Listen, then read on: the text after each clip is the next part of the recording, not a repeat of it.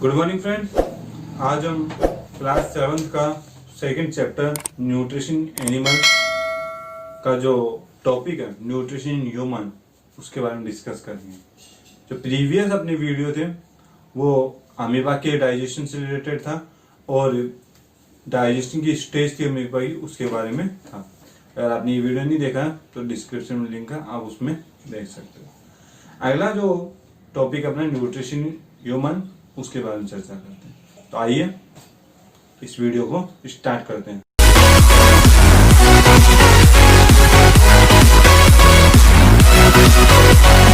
Digestive system. Human digestive system में जो main organ होते हैं वो आपकी स्क्रीन पर लिखे हुए हैं। माउथ आता है, oesophagus, stomach, small intestine, large intestine and rectum और एनस। ये कुछ ऑर्गन्स होते हैं जो डाइजेशन में हेल्प करते हैं। इसके अलावा कुछ ग्लैंड होती है जिनके बिना ये डाइजेशन इनकम्प्लीट होता है। उन ग्लैंड को हम डाइजेस्टिव ग्लैंड कहते हैं। ये 3 होती हैं। फर्स्ट अपने पास salivary gland, second liver and third is pancreas. ये 3 ग्लैंड अपने सेक्रेशन के थ्रू डाइजेशन को क्या बनाती, डाइजेशन को इजी बनाती, आसान बनाती है। डाइजेस्टिव सिस्टम का जो फर्स्ट ऑर्गन आता है माउथ से लेकर एनस तक जो एंड पार्ट होता है डाइजेस्टिव सिस्टम का, उसमें एक पाइप लाइक स्ट्रक्चर, एक duct like structure continue moving करती रहती है, कंटिन्यू चलती रहती है। उसी से ये ऑर्गन्स बनते हैं। तो इस ट्यूब लाइक स्ट्रक्चर को अपन बोलते हैं एलिमेंट्री कैनाल या डाइजेस्टिव डक्ट या फिर digestive tract. In human the food passes through a canal, it's called alimentary canal. Alimentary canal coiled होती है, मुड़ी हुई रहती है, मस्कुलर ऑर्गन मस्कुलर होती है, मसल से मिलकर बनी हुई होती है, उसमें कोई किसी टाइप की बोन नहीं होती, हड्डियां नहीं होती। एंड थर्ड इज लॉन्ग, ये लॉन्ग होती है, लंबी होती है। जो एलिमेंट्री कैनाल से ऑर्गन बनते हैं उनका भी वर्क होता है, वो डिफरेंट टाइप का होता है। एलिमेंट्री कैनाल का जो अपर पार्ट होता है जिससे माउथ और एसोफेगस बनते हैं, उनका काम ओनली जो कॉम्प्लेक्स पार्ट आते हैं सब फूड के, उनको ब्रेक डाउन करने का होता है। कॉम्प्लेक्स पार्ट को ब्रेक डाउन करने का काम माउथ का होता है।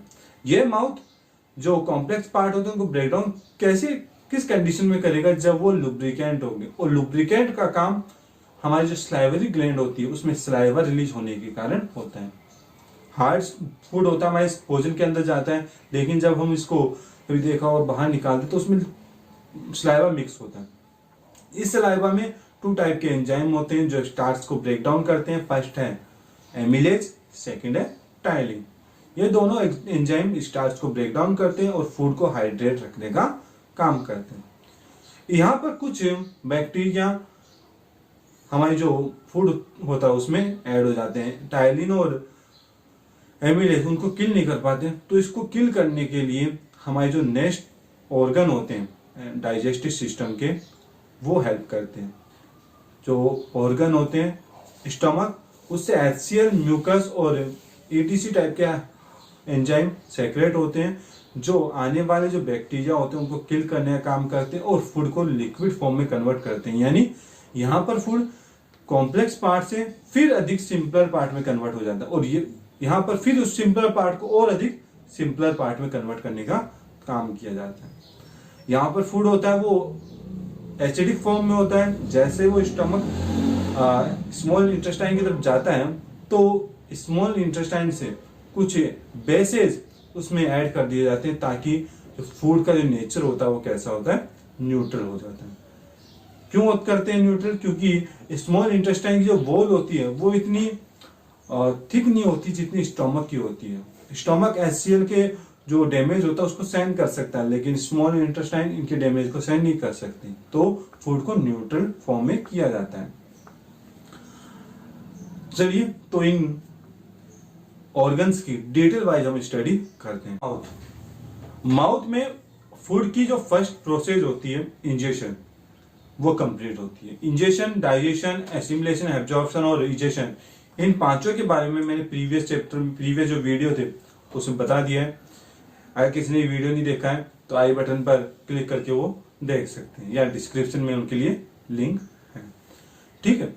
माउथ में फूड को ब्रेक डाउन करने का काम होता है। यहाँ पर डाइजेशन की फर्स्ट प्रोसेस कंप्लीट होती है, इंजेशन, इंटेक द फूड को इंटेक्ट करने की प्रोसेस होती है वो माउथ में स्टार्ट होती है। यहाँ पर डाइजेशन की फर्स्ट प्रोसेस इंजेशन कंप्लीट होती है। यहाँ पर फूड को ब्रेक डाउन करने का काम किया जाता है। फूड के जो कॉम्प्लेक्स पार्ट होते हैं उनको सिंपलर पार्ट में कन्वर्ट किया जाता है। और ये जो काम होता है वो 2 ऑर्गन्स का होता है। फर्स्ट होता है अपने पास टीथ और सेकंड होता है टंग। टीथ के बारे में हम इस डाइजेस्टिव सिस्टम के बाद में एक टॉपिक के में आपको इसको डिस्क्राइब करेंगे। ठीक है।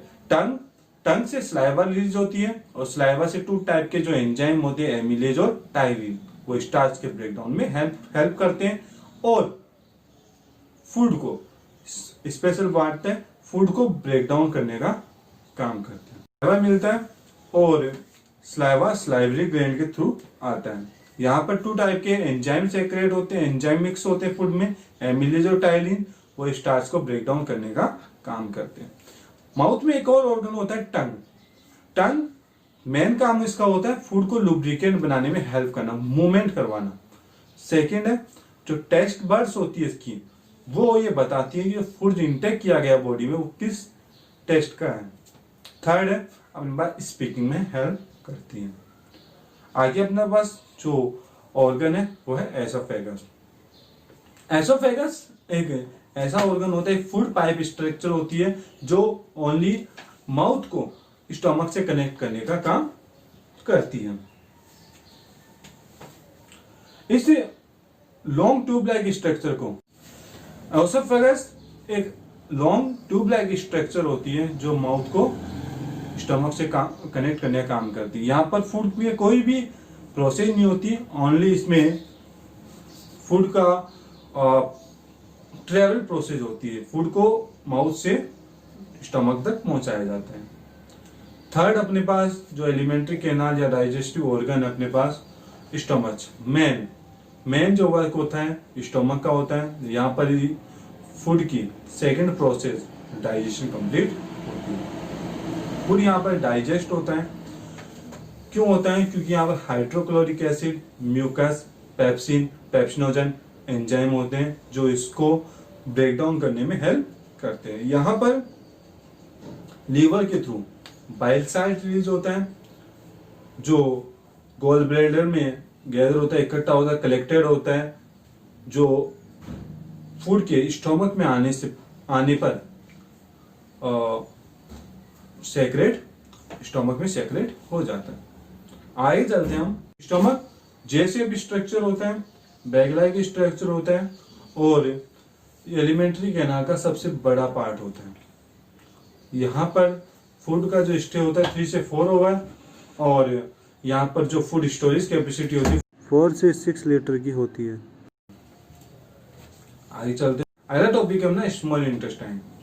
प्रीवियस वीडियो में आपने देखा होगा स्मॉल इंटेस्टाइन में एक स्ट्रक्चर होती है जिसको हम विली स्ट्रक्चर बोलते हैं। यह विली एक फिंगर लाइक प्रोजेक्शन होती है, फिंगर लाइक स्ट्रक्चर होती है जिसमें फूड लिक्विड फॉर्म में होता हुआ भी जिसके मॉलिक्यूल होते हैं वो ट्रैप हो जाते हैं और ट्रैप होने के बाद में उसमें कैपिलरी होती है, इसके अंदर से ब्लड वेसल्स होती हैं। उन ब्लड वेसल्स से जो फूड वोकल्स, जो फूड मॉलिक्यूल होते हैं वो फंसे हुए हैं, ट्रैप हैं, उनसे न्यूट्रिशन गेन करके ब्लड में उनको उनके न्यूट्रिशन दे दिए जाते हैं। ये प्रोसेस होती है स्मॉल इंटेस्टाइन में। स्मॉल इंटेस्टाइन किस पार्ट में? विली पार्ट में। विली पार्ट में स्मॉल इंटेस्टाइन में थर्ड प्रोसेस एब्जॉर्प्शन कंप्लीट होती है। फोर्थ प्रोसेस होती है अपनी एसिमिलेशन। एसिमिलेशन होती है अपनी लार्ज इंटेस्टाइन में कंप्लीट। यहाँ पर जो वाटर होता है और वेस्ट मटेरियल होता है, क्योंकि वेस्ट मटेरियल क्योंकि अधिकांश जो न्यूट्रिएंट होते हैं वो स्मॉल इंटेस्टाइन के द्वारा एब्जॉर्ब कर लिए जाते हैं। जो बच गया वो वेस्ट मटेरियल होता है, वो वाटर के थ्रू लार्ज इंटेस्टाइन में फ्लो करता है। लार्ज इंटेस्टाइन वाटर की जो न्यूट्रिएंट होती है और वेस्ट मटेरियल की न्यूट्रिएंट जो रीएब्जॉर्ब करने के लिए किए जाते हैं किसमें? लार्ज इंटेस्टाइन में। कुछ अगर न्यूट्रिएंट होते हैं स्मॉल इंटेस्टाइन एब्जॉर्ब नहीं कर पाती तो total digestion, total absorb sorry total absorb करने का जो काम होता है वो किसका होता है, लार्ज इंटेस्टाइन का होता है। यहाँ पर फोर्थ प्रोसेस एसिमिलेशन कंप्लीट होती है, आगे फूड जाता है इजेशन की तरफ, या अपन कहें एनस की तरफ। एनस में फूड कलेक्टेड होता है और एक स्पेंचर्स के थ्रू टाइम टू टाइम उस वेस्ट मटेरियल को रिमूव कर दिया जाता है। ये अपने ह्यूमन डाइजेस्ट सिस्टम के ऑर्गन्स और उनके वर्क थे। अगर आपको ये समझ में नहीं आए तो आप कमेंट कर सकते हैं, और इसमें कमेंट करना बहुत जरूरी है। बहुत सारे बच्चे वीडियो देख रहे हैं लेकिन कमेंट नहीं कर रहे। कमेंट जरूर करना है, ठीक है, और सब्सक्राइब इस चैनल को जरूर करना है। आगे हम पढ़ेंगे ह्यूमन फूड और न्यूट्रिशन इन ह्यूमन, फिर आपका सेकंड चैप्टर कंप्लीट हो जाएगा।